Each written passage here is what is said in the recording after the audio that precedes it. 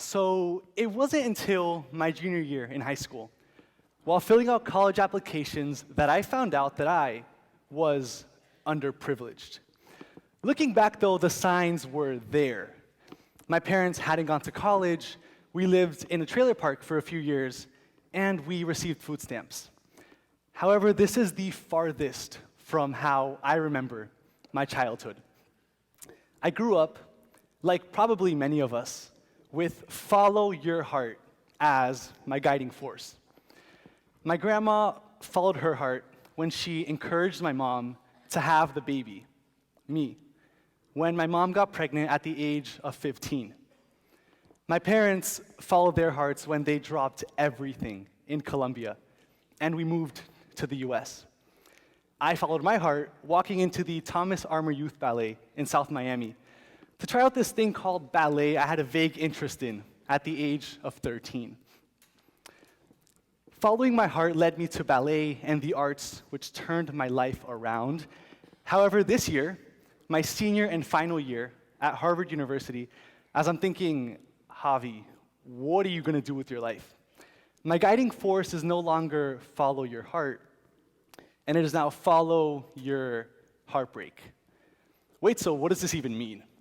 For me, follow your heart means doing something that I love and makes me happy, which is great, but these past few years, I've experienced that follow your heartbreak means coming across something that breaks your heart, that makes you think, this is messed up, and feeling empowered to do something about it. The story of my heartbreak begins 2 years ago when I traveled to the country of the Philippines on a service trip organized by a classmate from the Philippines.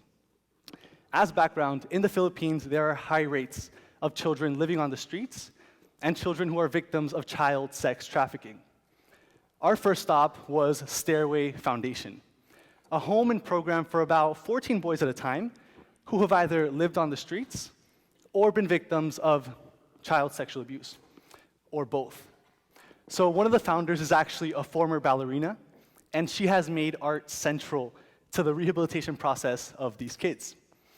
So one of the nights, the boys performed their musical version of Dr. Seuss's The Lorax. And as I sat in the audience, my heart crumbled.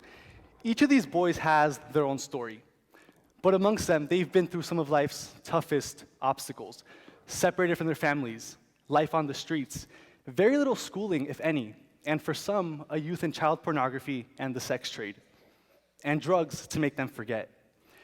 However, in that moment, in their costumes, theater was allowing them to be just kids having fun, laughing and dancing in the spotlight, defined not by what they have been through, but by what they are becoming. So this really showed me the power of the arts. And our second stop in the Philippines was working with children currently living on the streets, children who my team and I colored and danced with during our art workshops, who were each day returning to the cardboard boxes and bridges that they called home for that night. Children the same age as my baby brother and sister, except instead of scooters and skateboards, they had tin cans for collecting coins. This shattered my world. Except this was the first time in my life that I had seen the power of art in other people and not just in my personal experience. So a year later, so this past summer, I had the incredible opportunity of traveling to the country of Tanzania in East Africa for a summer internship. But what really, really impacted my life was meeting a visual artist who, one, confirmed the power of art, and two, who made the phrase, follow your heartbreak, click in my mind.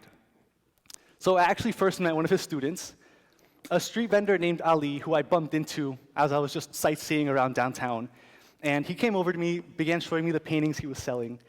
And after buying 2 of them, I asked him how to get to the National Museum, the place that was next on my list of things to see.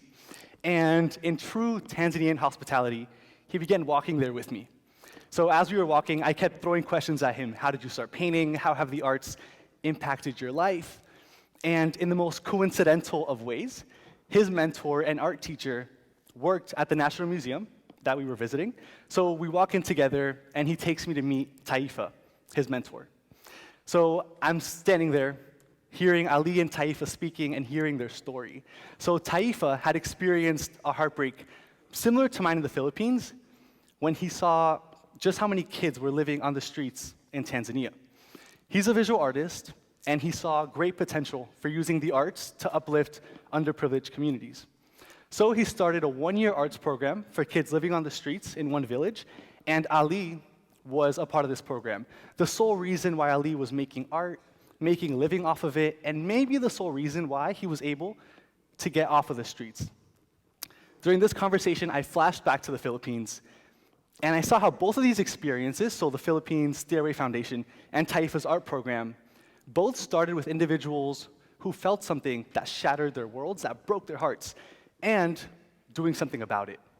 So this really made the phrase, "follow your heartbreak," click in my mind.